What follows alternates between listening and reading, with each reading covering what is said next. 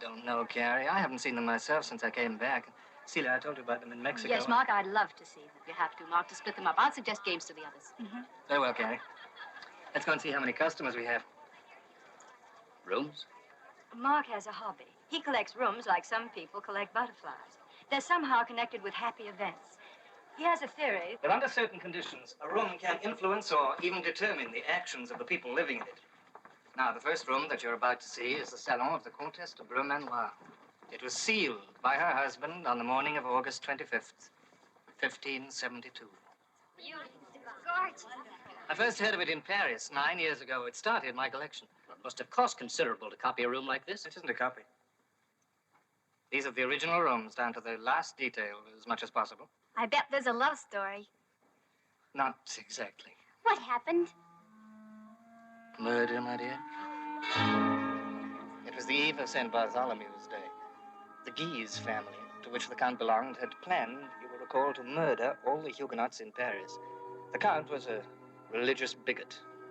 When he discovered that his beloved wife, Celeste, was secretly a Huguenot, she was nothing to him anymore.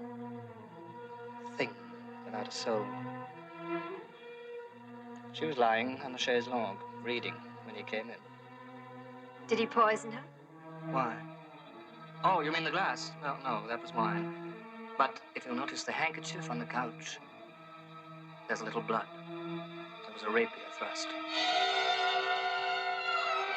In room number 2, the weapon was less conventional. The killer used the floods of 1913. This was the cellar of a house in Barton, Missouri, where the floods were especially severe. He was a sordid little rat. Who was the victim? His mother. That's rather rare.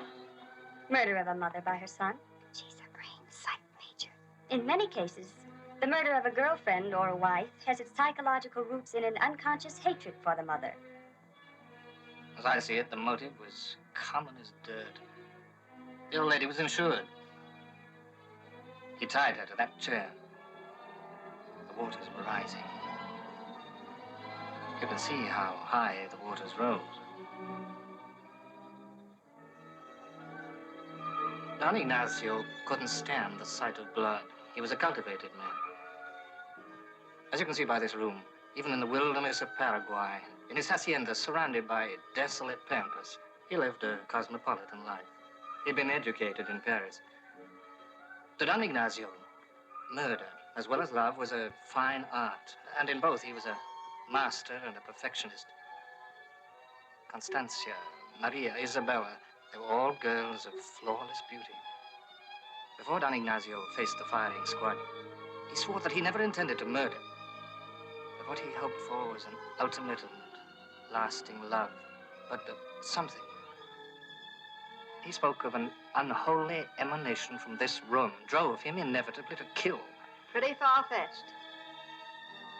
To Don Ignacio, it seemed most apt. A pity for him that in his day nothing was known yet about psychoanalysis. You think the room had nothing to do with it? Of course it did. Very important. Something happened to him here. Perhaps in his childhood, and he'd made a resolution in this room to kill. His conscious mind had forgotten all about it, but... But he still killed. Match. But he didn't know why. He just had to. But if he'd been able to tell someone, like a psychoanalyst, what it was that happened here, no murder would have been necessary. Unless, of course, his love for his victims made it necessary. Now, our next murderer, compared to Don Ignacio, was a blundering amateur.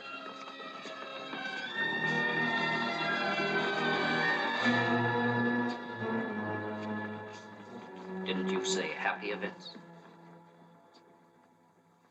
I'm sure that's what Mark said. I must have misunderstood him.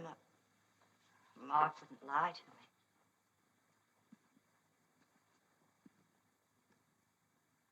Celia, when Rick died, he left me with certain responsibilities and...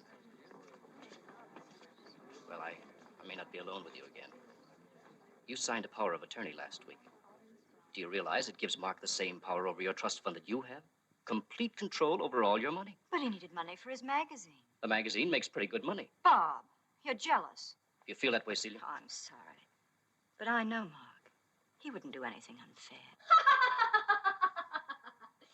They say women are catty. Mark's a lucky fella. First wife's money runs out, she dies. Second wife, plenty of scratch. Nice work. You don't want to make a scene, Celia. It's vicious. Gossip, Celia, ignore it. I had to beg Mark to use my money. I forced him to. You tell me to ignore gossip, but you believe it yourself. Celia. Oh, but there's not a veil in the lost. I admit we women provide plenty of provocation, Mark, but there must be some way short of murder to demonstrate male exasperation. From Eve till today, women are our greatest temptation. That is the last of the rooms to be seen, ladies and gentlemen. The guide is not allowed to accept tips. Oh, we haven't seen this one, have we? No. Isn't it complete? Yes. Then don't let's skip it. Why, it's locked.